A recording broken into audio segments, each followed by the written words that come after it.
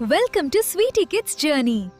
ఇక్కడ ప్రతిరోజు కొత్త కథలు మరియు సరదా ప్రపంచం.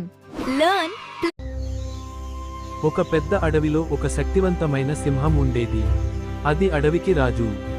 సింహం చాలా గర్వంగా ఉండేది. నన్ను ఎవరు ఏమీ చేయలేరు. నాకు ఎవరు సహాయం కూడా అవసరం లేదు.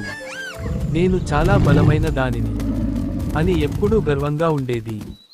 ఒకరోజు సింహం ఒక జంతువును వేటాడి తింటూ ఉండగా అకస్మాత్తుగా ఒక చిన్న ఎముక దాని పంటిలో ఇరుక్కుపోయింది.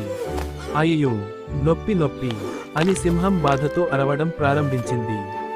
అది అడవిలోని జంతువుల దగ్గరకు వెళ్ళి, దయచేసి ఈ ఎముకను తీసేయండి అని అడిగింది.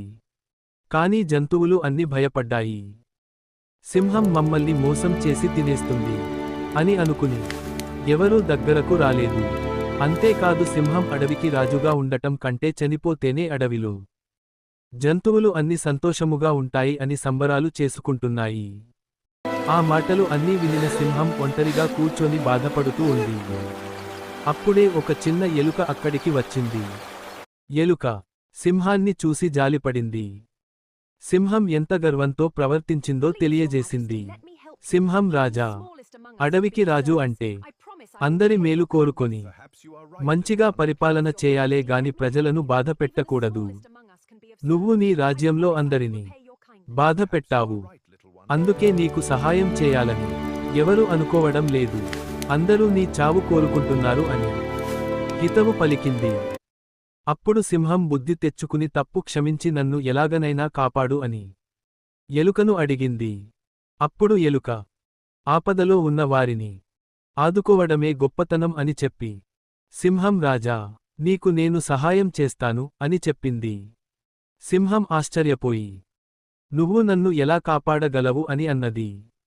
అప్పుడు ఎలుక, సింహం రాజా, నీవు చూస్తూ ఉండు, నేను నిన్ను కాపాడతాను అని చెప్పి ఎలుక ధైర్యంగా సింహం నోటిలోకి వెళ్ళి జాగ్రత్తగా ఆ ఎముకను తీసేసింది. అంతే, సింహానికి వెంటనే నొప్పి తగ్గింది. సింహం చాలా సంతోషపడింది. ఆపదలో ఉన్న నన్ను కాపాడిన నువ్వు చాలా గొప్పదానివి అని ఎలుకకు ధన్యవాదాలు చెప్పింది.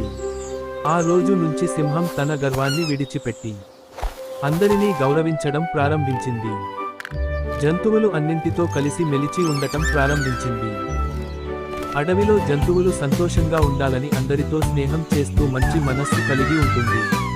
నీతి: ఆపదలో ఉన్న వారిని ఆడుకున్నవారే గొప్పవారు. ఒక పెద్ద అడవిలో